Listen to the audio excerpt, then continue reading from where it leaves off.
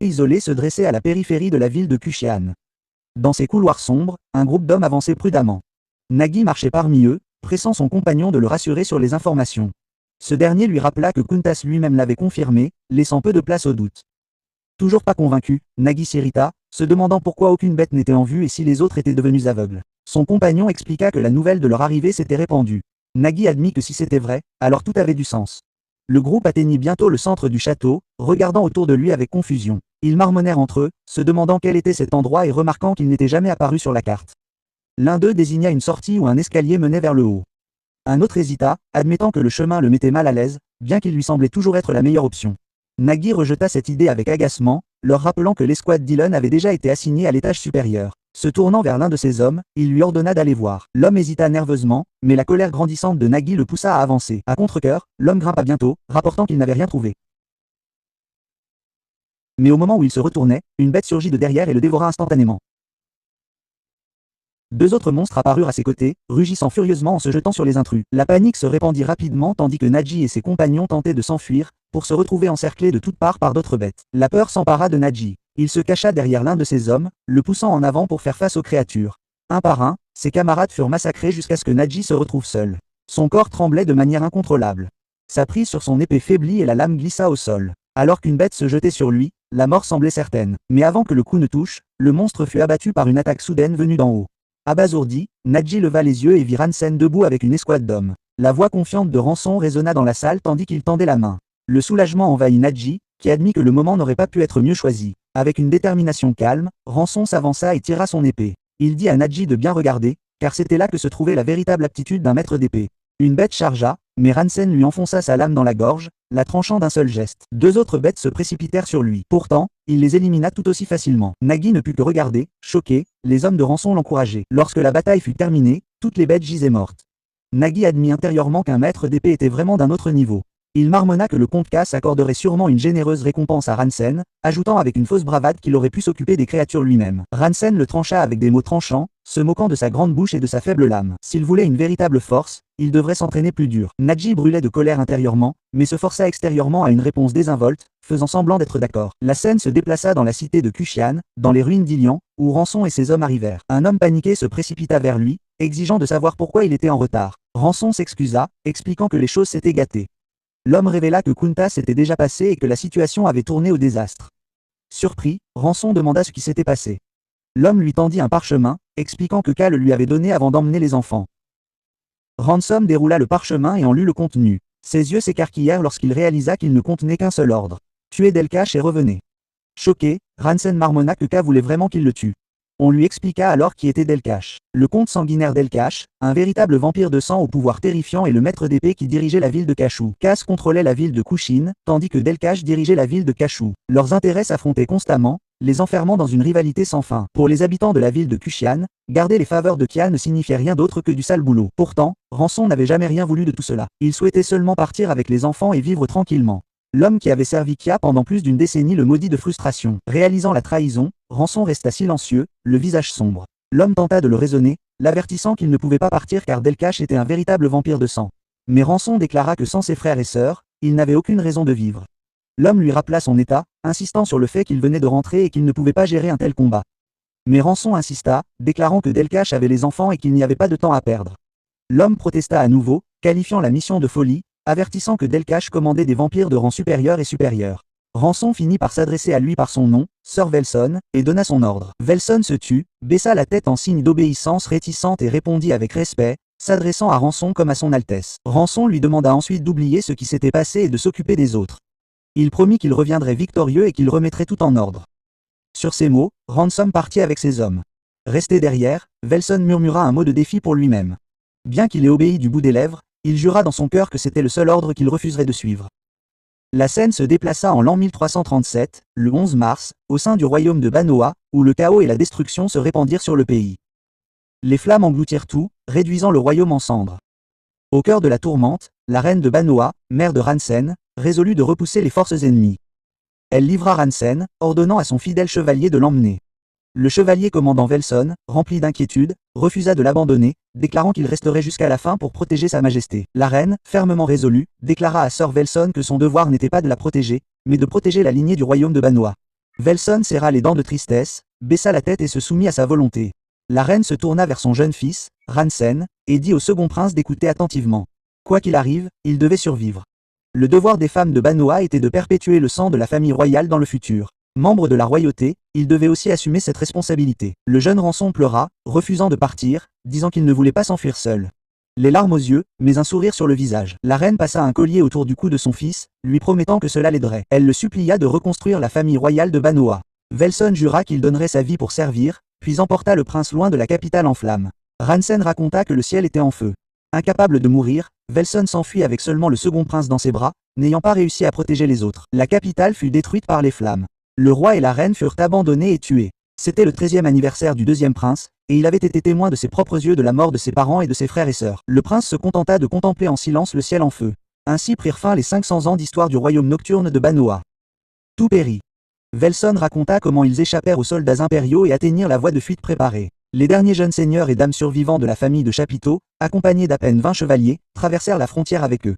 Le 1er avril de l'année continentale 1337, ils réussirent à traverser Roxium et à s'y cacher, laissant derrière eux la terre de gloire pour se diriger vers Roberland.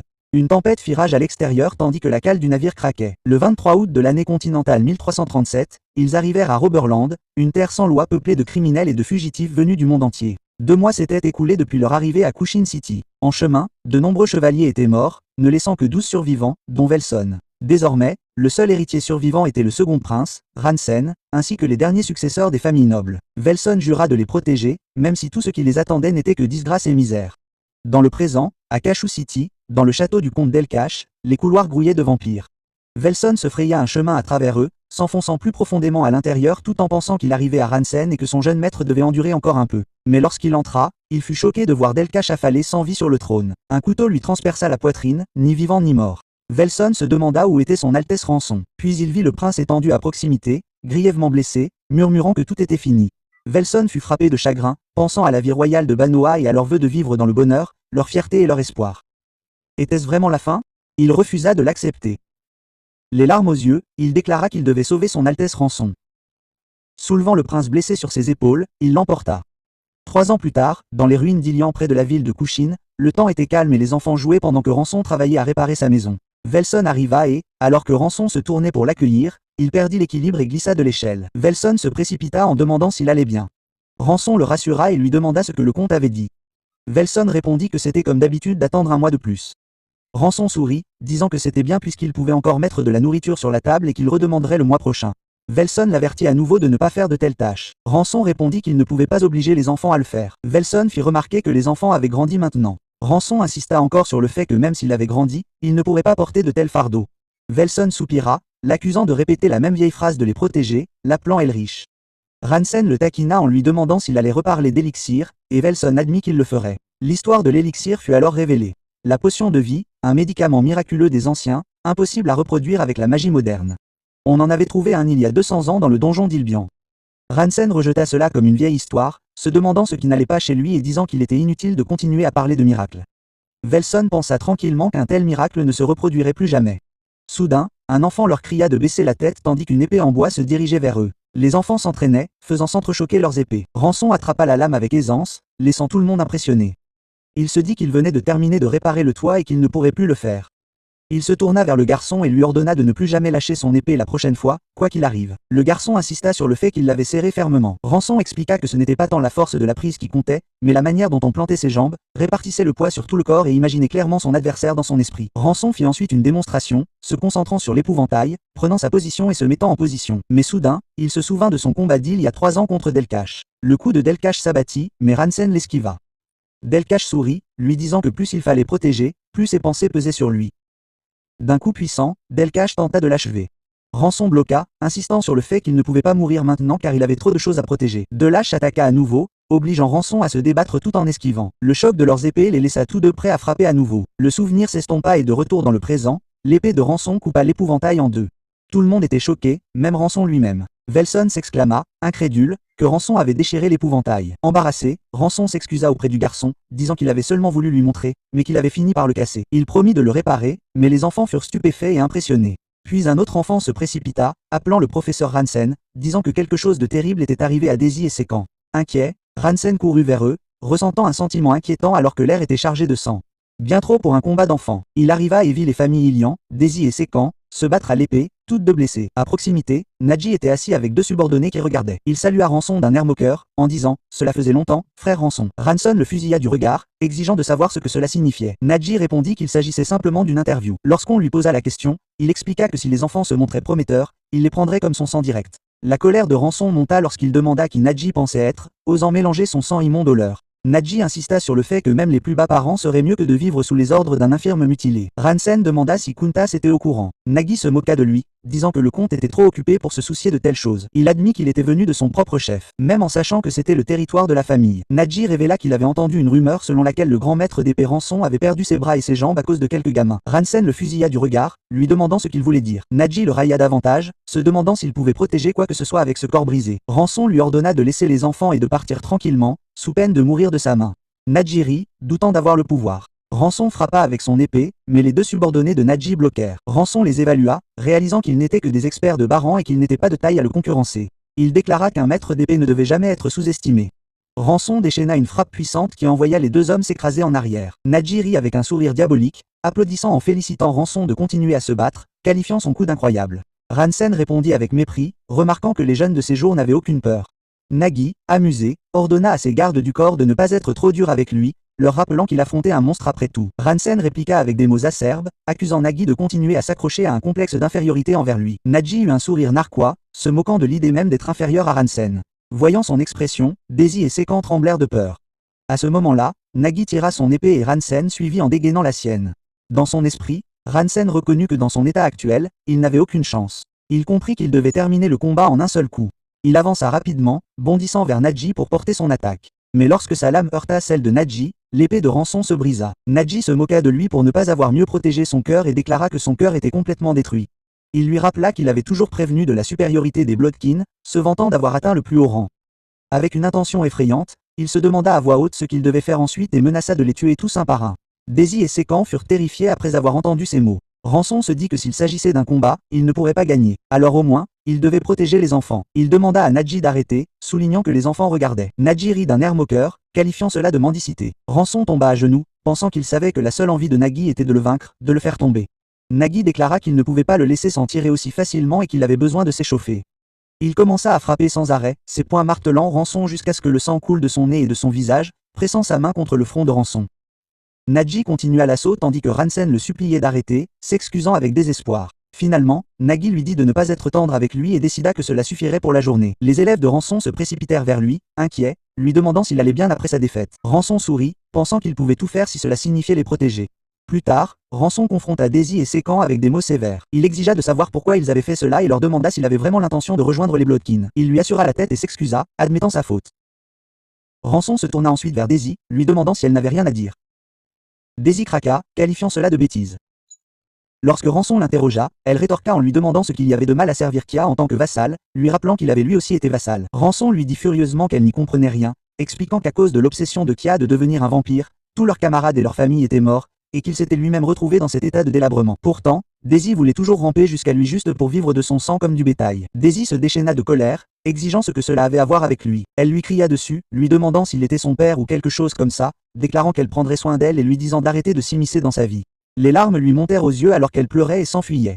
Sekan tenta de consoler Rançon, expliquant que Daisy ne voulait pas dire ça comme ça. Il reconnut le courage de Rançon, disant qu'il comprenait à quel point cela avait dû être douloureux de s'agenouiller à ce moment-là. Il promit d'aller chercher une potion auprès de Velson tout de suite. Ransom le remercia doucement. Velson arriva bientôt, visiblement tendu, appelant Rançon avec inquiétude. Surpris, Rançon demanda comment Velson était au courant. Velson expliqua que peu de temps auparavant, Rina lui avait dit que Daisy avait mentionné que Rançon et Nadji allaient se battre et que Rançon serait blessé. Alors elle était venue demander de l'aide. Rina se précipita, troublée, réprimandant Velson pour l'avoir révélé. Elle lui rappela qu'il avait promis de ne pas leur dire que Daisy avait dit ça, l'avertissant que Daisy la tuerait si elle l'apprenait. Velson admit timidement qu'elle avait dit ça. Rançon éclata de rire après avoir tout entendu. Il remercia Rina, Sekan et même Velson de s'inquiéter pour lui. Velson lui tendit une bouteille de potion, et Rançon remercia Daisy dans son cœur également. Plus tard, dans la solitude, Rançon but la potion en entier. Il toussa tout en se murmurant que si seulement son cœur était intact. Quelqu'un comme Nadji ne serait rien devant lui. Il s'arrêta, décidant que c'était bien. Protéger les enfants était suffisant. Mais au fond de lui, il savait que le vrai problème était que Nadji reviendrait demain. Il se demanda ce qu'il devait faire. Regardant son collier, il prit sa décision. Il allait devoir l'utiliser. Le collier se mit à briller et se transforma soudain en portail. Rançon plongea la main à l'intérieur et pensa à vendre le trésor de la famille royale de Vanroa pour obtenir des fonds afin de protéger les enfants. Il savait que des objets comme le sceau royal ne feraient qu'attirer les poursuites de l'Empire. Ce qu'il pouvait réellement vendre était autre chose. À l'intérieur du portail, il découvrit un livre. Il comprit qu'au final, il ne restait plus que le livre du destin. Pourtant, il se demanda pourquoi une telle chose était même considérée comme un trésor royal. La scène se déplaça en l'an 4673 du calendrier Rusra. Le 17 mars, le ciel était nuageux et à l'intérieur de la chapelle secrète des cultistes, les murs étaient couverts d'étranges symboles. Ransen réalisa soudain qu'il pouvait lire le texte ancien. Le livre se remit à briller, et Ransen se vit courir aux côtés d'autres personnes, alors qu'il lisait tranquillement quelques instants plus tôt.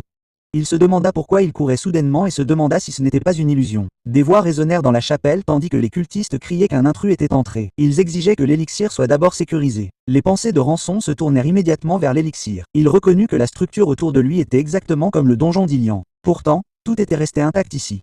Il se souvint que l'élixir aurait été déterré ici dans les temps anciens. Cette révélation le frappa. C'était en effet l'année 4673 du calendrier de Rusra, ce qui signifiait qu'il avait été renvoyé 10 000 ans en arrière. Les cultistes se précipitèrent pour garder l'élixir, et lorsque Ransen vit la potion, il se confirma que l'élixir était réel. L'élixir était bien là, et il était bel et bien revenu dans le passé. Un homme eut un sourire narquois de soulagement, déclarant que l'élixir était en sécurité. L'esprit de Rançon brûlait d'ambition. S'il pouvait prendre cet élixir, il pourrait récupérer tout ce qu'il avait perdu. Il observa 12 personnes qui l'entouraient et se demanda s'il devait les tuer tout en même temps et voler l'élixir. Mais leur chef donna de nouveaux ordres, leur ordonnant de se mettre par deux et de rechercher l'intrus avant de procéder au sacrifice. Celtic et Chrome reçurent l'ordre de se rendre par le passage est. Sir et Totten reçurent l'ordre de se rendre par le passage ouest. Sua et Ransen reçurent l'ordre de se rendre dans le passage nord. Ransen pensa qu'il connaissait son nom. Il se demanda s'il l'avait reconnu comme l'un de leurs camarades du passé. Il en déduisit que seule une puissante magie interférant avec l'esprit pouvait produire quelque chose comme ça, et il s'interrogea sur la véritable nature du livre du destin. Sarah fut appelée, exhortant Rançon à se dépêcher et lui demandant pourquoi il se tenait là, dans le vide. Ransen décida pour le moment de rassembler des informations tout en surveillant attentivement la bonne ouverture. Ensemble, lui et Sarah se dirigèrent vers le passage nord. Soudain, une jeune fille blonde lança une attaque d'en haut. Un étrange scintillement transparent l'entoura tandis qu'elle frappait. Choqué, Rançon s'interrogea sur ce pouvoir étrange. Il bloqua l'attaque avec sa lame, mais la force le repoussa en arrière. Son arme avait été endommagée, et il réalisa que sa durabilité était pathétique. Ce pouvoir était bizarre. La jeune fille blonde observa son énergie et remarqua qu'elle ressemblait à du Swordy, mais qu'elle était complètement différente. Rançon réalisa également qu'il n'était pas le seul à la trouver inhabituelle. Quelque chose clochait et il envisagea de le tester une fois de plus. Puis il vit des enfants pleurer derrière la fille et demanda pourquoi ils étaient présents. La jeune fille blonde l'accusa de se ranger du côté des cultistes qui kidnappaient des enfants, le condamnant pour avoir l'intention de les utiliser comme sacrifice vivant. Ces paroles firent ressurgir dans l'esprit de Rançon des souvenirs de Daisy et Sec. À ce moment-là, d'autres cultistes apparurent, alarmés et se demandant si Sarah était tombée aux mains de l'intrus. Ils commencèrent à se regrouper. En un instant, Rançon décapita 2 d'entre eux. La jeune fille blonde fut déconcertée par ce dont elle avait été témoin. Rançon se tourna alors vers elle et l'exhorta à se joindre à lui. Ransen fit semblant de se battre aux côtés de la jeune fille blonde, jouant un rôle suffisamment convaincant pour attirer les autres ravisseurs. Le croyant de leur côté, ils se précipitèrent pour les aider, mais Ransen les abattit rapidement, les massacrant avec sa lame. Il salua ensuite la performance de la jeune fille blonde, notant que ses talents d'actrice lui avaient permis de les tuer plus facilement. En entendant cela, la jeune fille s'irrita légèrement. La situation s'envenima lorsque le chef du kidnappeur apparut. Ransen dit rapidement à la jeune fille blonde de continuer à l'aider comme elle le faisait, admettant qu'il ne pouvait pas correctement décrypter ce nouvel adversaire. Le chef des kidnappeurs sourit à Ransen et l'accusa de trahison. Il raconta comment 5 esprits vengeurs avaient déjà péri à cause d'une trahison amère, ajoutant que la trahison elle-même avait une nature chaotique. Avec l'âme d'un noble chevalier, il affirma que leur seigneur serait encore plus heureux. En entendant cela, la noble chevalière blonde marmonna avec colère pour elle-même, regrettant de ne pas avoir appelé de renfort avant d'arriver. Elle n'arrivait pas à croire qu'un expert supérieur soit apparu ici. En regardant les enfants, elle admit qu'elle n'était qu'une experte intermédiaire et qu'elle ne pouvait pas gérer un tel homme seul. Elle résolut d'attaquer en premier, ordonnant à Ransen de viser une ouverture. Le noble chevalier lança son attaque contre le chef, mais il bloqua son coup, provoquant une douleur dans sa main. Elle frappa à nouveau, mais le chef esquiva et se prépara à contrer. Avant que le coup ne puisse porter, Rançon s'interposa, mais ce faisant, il frappa accidentellement son collier, le faisant briller intensément. Le chef fit remarquer d'un ton moqueur que sans le collier, il aurait été tué. Le chef déchaîna alors une série de coups incessants contre Rançon. Alors que les attaques pleuvaient, Ransen réalisa que l'arme de cet homme n'était pas un artefact ordinaire.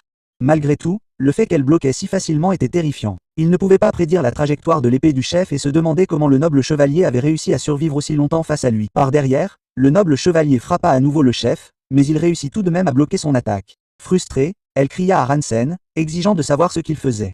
Elle le réprimanda de paraître faible malgré la couleur de sa clé d'épée. Elle se demanda à quoi cela servait si la clé d'épée était colorée, mais ne produisit rien de significatif. Le chef se moqua encore plus d'elle, déclarant qu'elle n'était qu'une épéiste à moitié cuite qui ne pouvait même pas lire le cœur de l'épée. Dans un moment de choc, Ransen frappa soudainement le noble chevalier en travers du ventre, la faisant s'effondrer au sol. Le chef reporta alors son attention sur Ransen et lui fit ses adieux. Ransen, sous le choc, se demanda s'il venait vraiment d'être traité d'épéiste à moitié cuite. Il se rappela les épreuves qu'il avait endurées sous Kuntas. Se rappelant qu'il était devenu un maître d'épée connu pour être une arme stratégique. Grinçant des dents, il résolut de prouver le contraire. Il se dit que s'il pensait qu'il était à moitié cuit, alors il devrait essayer de résister à ce qu'il était sur le point de déchaîner. Il avança, déclenchant sa technique de fil d'aura. Le chef paniqua soudainement, se demanda comment une telle chose était possible et admit que le pouvoir devant lui était d'un tout autre niveau qu'auparavant. Rançon frappa, sa force écrasante laissant l'homme sous le choc. Il repensa à la façon dont on s'était moqué de lui en le traitant d'épéiste raté, incapable même de lire le cœur d'une épée. Et d'un coup décisif, Rançon trancha la gorge du chef et le tua. Du sang coula de la bouche de Rançon et ses forces vacillèrent. Il tomba au sol, pesant sur le corps du chef.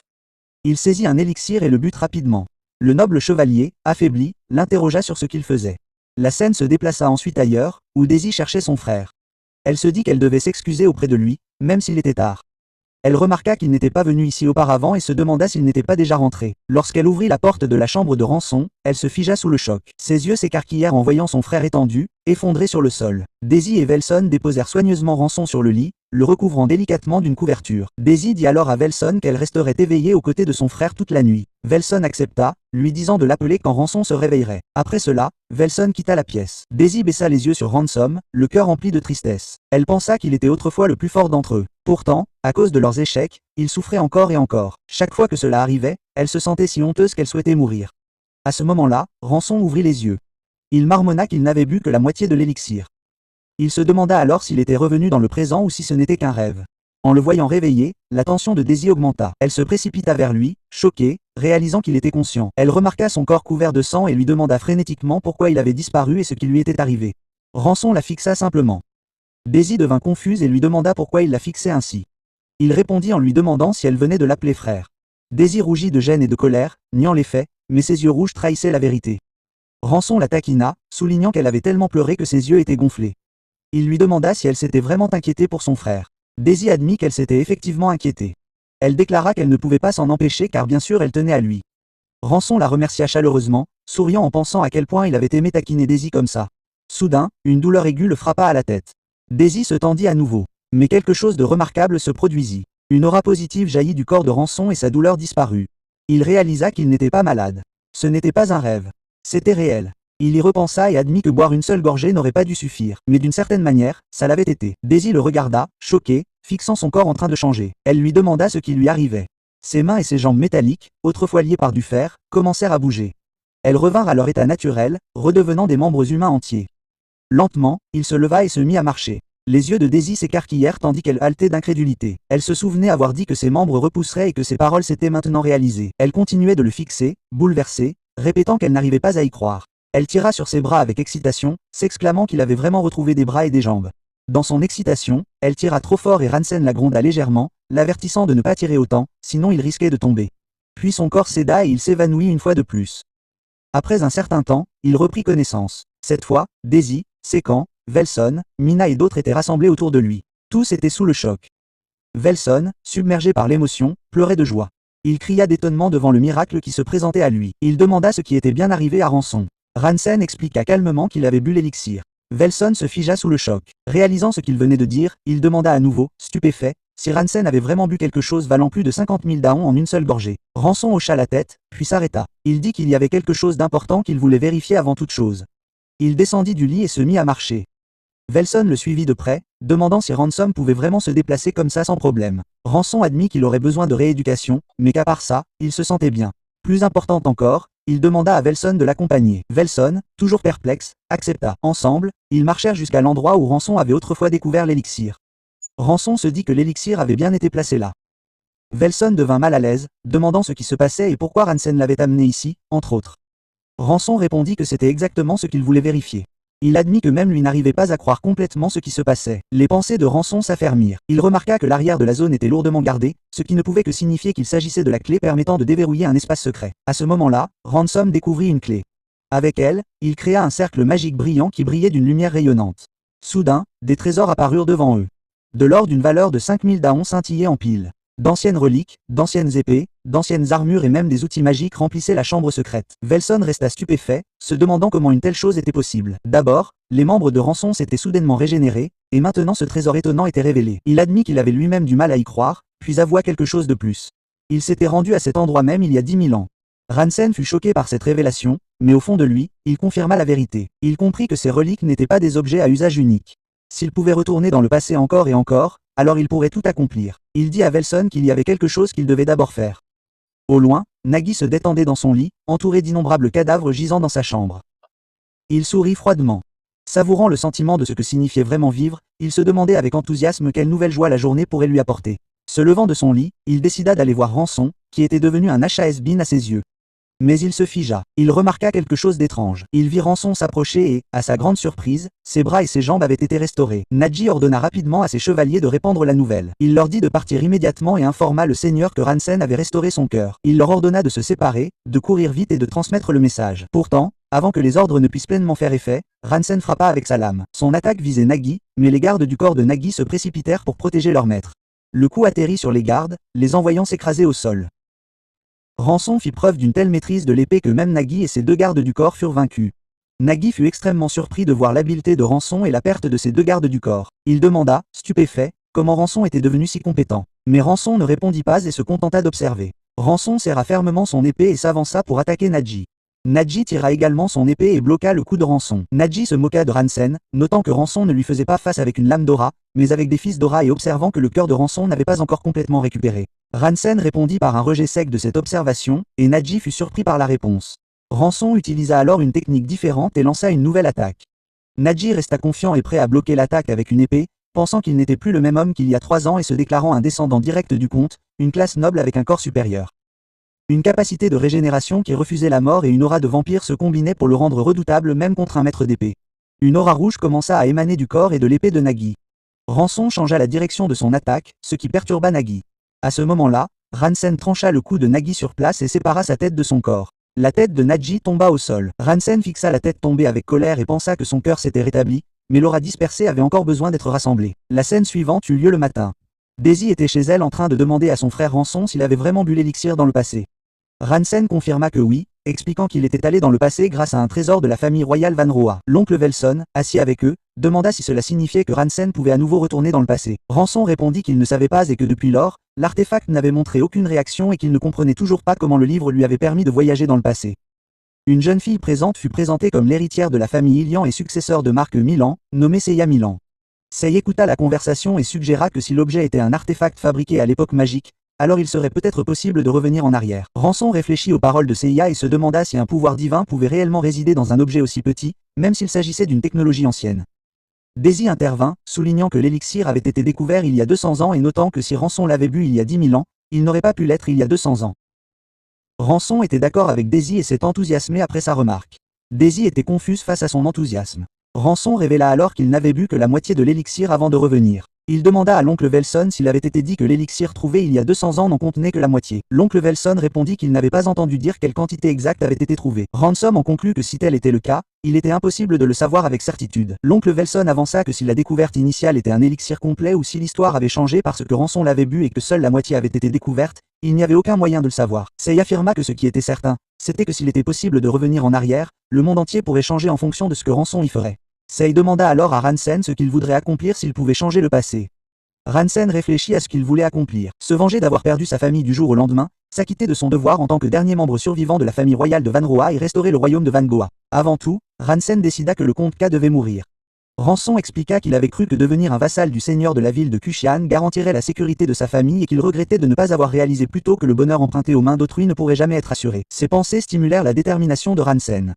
Sei avertit que Kuntas était fort, qu'il avait déjà été un maître d'épée et qu'il avait maintenant pris le vrai sang de Delache afin que sa force soit inconnue. Rançon affirma que ce n'était pas facultatif et que si quelqu'un d'aussi fou que K apprenait qu'il était guéri, la réaction serait terrible. Rançon déclara que c'était un combat qu'il ne pouvait pas éviter. Il nota que le rapport d'impôt qu'il devait remettre à Cass devait être rendu dans 3 semaines et qu'il devait régler les choses avant. La scène se déplaça vers le lieu d'entraînement de Ransen où il tenait son épée et pensait à l'épéiste autrefois maniée par le chef du culte il y a 10 000 ans. Il se rappela de cette habileté au sabre persistante et inflexible avec une aura acérée. La raillerie précédente du chef du culte revint à l'esprit de Rançon, lui disant que même si l'énergie de son épée brillait de couleur, il n'était toujours qu'un épéiste à moitié cuit qui ne pouvait pas lire le cœur d'une épée. Rançon essaya de se calmer et résolut de devenir comme la lame pour la comprendre et devenir l'épée elle-même. Il ferma les yeux et médita profondément. Après une longue concentration, une aura commença à apparaître autour de son épée et Ransen se sentit heureux. Pensant que ce n'était certainement pas une erreur, Daisy arriva en courant, en détresse, et dit à Ransom que des problèmes étaient survenus. Daisy commença à parler de Kuntas. Bien que cette partie de la conversation n'ait pas été montrée, le récit s'est ensuite déplacé vers le comte Cass, qui était assis sur son trône et a souri en annonçant qu'il avait attendu assez longtemps les nobles du royaume de Vanroa. Il a fait un sourire effrayant et a déclaré qu'il était enfin temps de les utiliser comme offrande. Rançon se dit qu'il ne restait plus que 3 semaines avant le rapport d'impôt et que soudain le comte les avait invités. L'oncle Velson, rempli de tension, demanda à Seiya s'il était possible que Cru ait remarqué que Ransen s'était rétabli et ait tué Nadji. Si répondit que c'était impossible car même si le comte savait que Nadji était mort, il croirait que c'était l'œuvre de rebelles. Elle continua en expliquant que le vrai problème était l'invitation soudaine qui avait perturbé leur plan d'assassinat du comte. Leur seule chance avait été de frapper lorsque Kuntas avait effectué son rituel. La mention du rituel laissa Rançon perplexe et Seiya expliqua davantage. Elle lui dit que depuis que son frère était dans cet état, le comte quittait son manoir une fois par mois pour mener un rituel seul. Daisy ajouta qu'elle avait vu les hommes de qui kidnapper des enfants. Si expliqua ensuite que les villages incapables de payer les impôts étaient massacrés et que tous les cadavres et les enfants étaient utilisés comme sacrifices pour le rituel. En entendant cela, Ransen s'interrogea, choqué, sur le fait que le comte préparait des cadavres et des sacrifices vivants juste pour les exposer à un être qu'il ne pouvait même pas comprendre. Sei lui dit d'oublier les Kias qu'il avait connus autrefois. Rançon se dit que beaucoup de choses avaient changé pendant que Kia était restée à la maison après ses blessures. Il demanda alors à Seiya comment elle savait tout cela. Si révéla qu'elle avait son propre réseau d'informations. Ransen fut profondément choqué et étonné, lui demanda comment elle avait pu se rendre seule dans une ville aussi dangereuse. Sei ignora son inquiétude et déclara que tout leur plan était ruiné. Ransen, toujours incrédule, répéta son inquiétude, lui demandant s'il n'était pas trop dangereux pour elle d'errer seule dans la ville. Oncle Velson répondit que Seiya avait 20 ans et était adulte. Daisy se tourna alors vers son frère et lui demanda s'il pensait vraiment pouvoir affronter Cass. Rançon sortit une épée et répondit fermement qu'il le devait. Il posa l'épée sur la table devant lui et déclara qu'avec cette arme, il y avait une chance. L'oncle Velson, voyant l'épée, devint nerveux et l'identifia comme l'épée du roi, forgée à partir d'acier argenté tombé du ciel et affiné par Ororo. Rançon saisit l'épée et déclara que les créatures corrompues telles que les vampires ne pouvaient pas résister à la lame. Si accepta cela, disant qu'elle lui ferait confiance et ajouta que si cela ne fonctionnait pas, alors mourir ensemble serait bien. Rançon s'irrita et était sur le point de répondre lorsque Sei l'interrompit en disant qu'elle plaisantait. Elle conclut alors qu'ils allaient devoir trouver un autre moyen de tuer Kuntas, aussi dangereux que cela puisse être, car c'était leur seule option. L'histoire se déplaça au village de Herrera, où les enfants jouaient joyeusement et ramassaient des champignons. Un enfant montra avec enthousiasme un gros champignon à un autre, tandis que le second affirma que le sien était plus gros. Le premier suggéra de les mesurer à la maison pour voir qui avait raison. Alors qu'ils rentraient chez eux, le champignon tomba de la main de l'enfant. Soudain, un incendie se propagea dans les maisons du village. Les enfants étaient terrifiés et se demandaient ce qui s'était passé. Des soldats apparurent, massacrant les villageois et chargeant les cadavres dans une camionnette.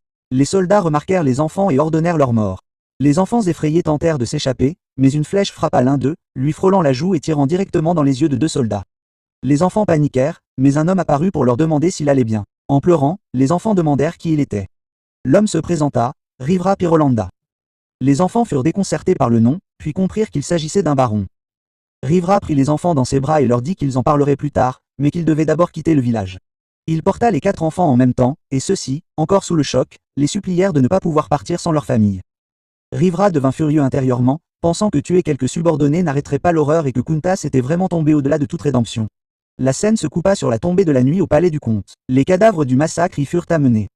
Le majordome rapporta au comte qu'il y avait un total de 116 cadavres, plus que le quota pour la journée. K examina les corps et éclata de rire d'une manière glaçante. Il dit au majordome qu'il s'occuperait du reste et lui ordonna de partir. Le majordome s'inclina, découvrit les cadavres chargés dans une camionnette et partit. K respira l'odeur du sang et de la chair, et sourit, fit remarquer que le lendemain était le jour où Ransen et ses hommes entreraient dans le palais, et que le moment qu'il attendait arrivait enfin. Alors qu'il s'approchait d'une autre camionnette, il remarqua un cadavre tenant une épée. Curieux, il la découvrit.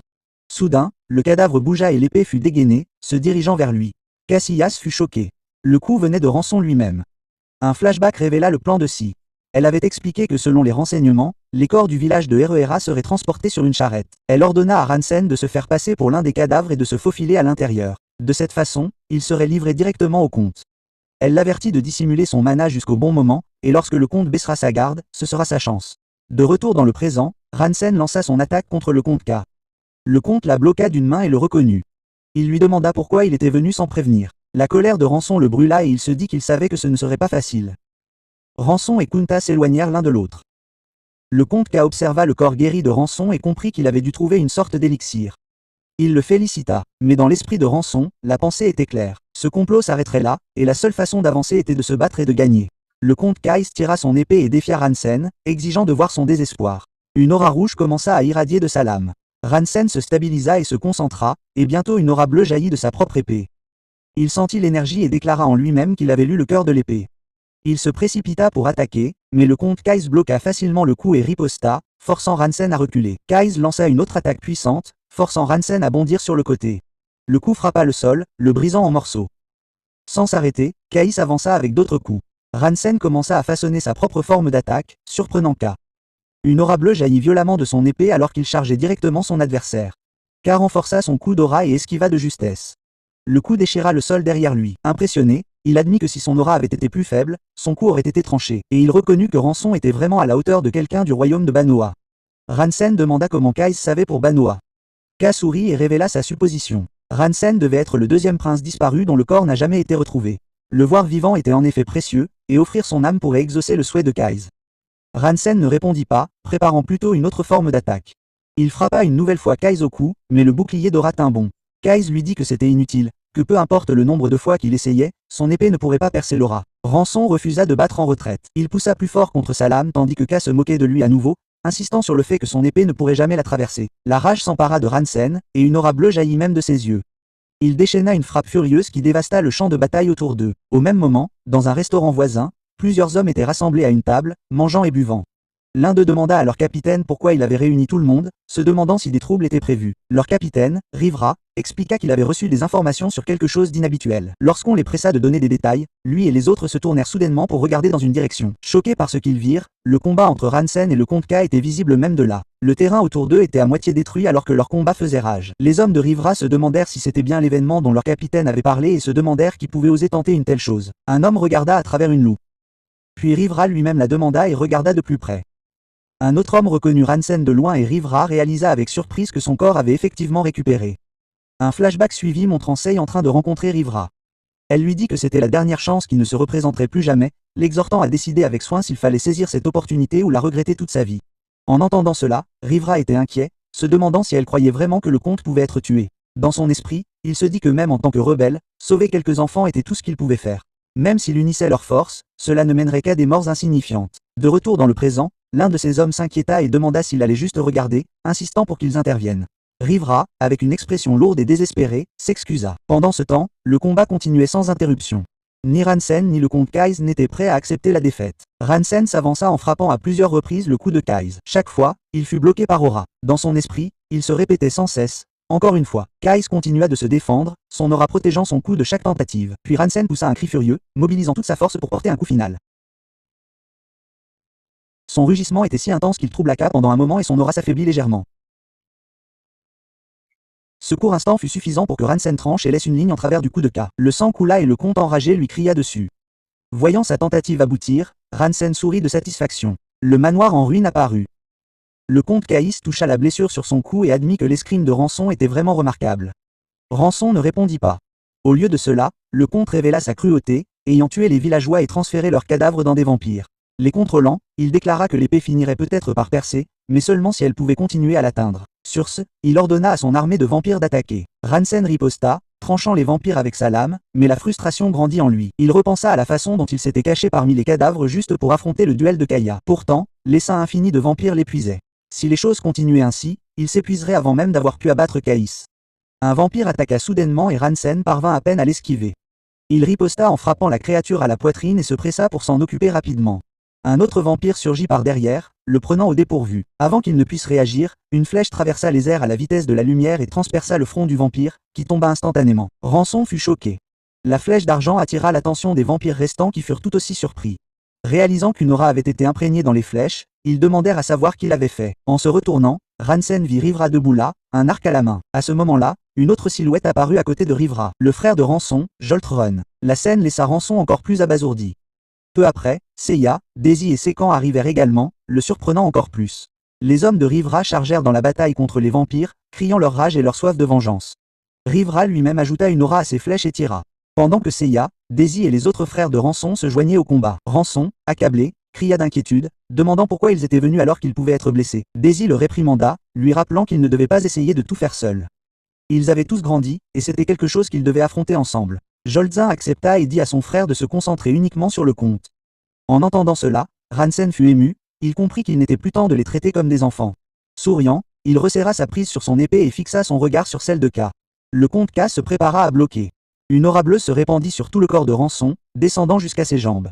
Il leva son épée et chargea avec détermination. Déterminé à affronter l'ennemi qu'il devait vaincre. Kaiz répondit par un sourire tordu, renforçant les muscles de son bras avec puissance. Étirant son bras à une longueur surnaturelle, il tenta de frapper Ransen à distance, menaçant même de lui arracher le bras. En réponse, Rançon retira le collier de son cou.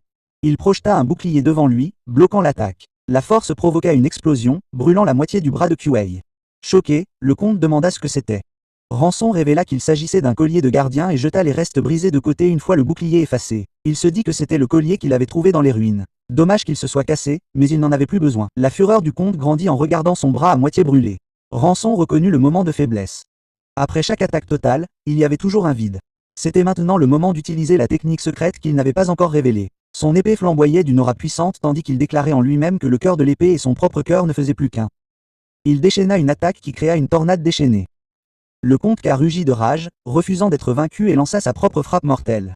Les deux forces s'affrontèrent violemment, mais la tornade de Rançon se révéla plus puissante, déchirant l'attaque du comte et le laissant assommer. Épuisé par les coups incessants, l'aura de Kaiz autour de son cou s'affaiblit dans le bref intervalle entre les attaques. C'était l'occasion que Ransen attendait.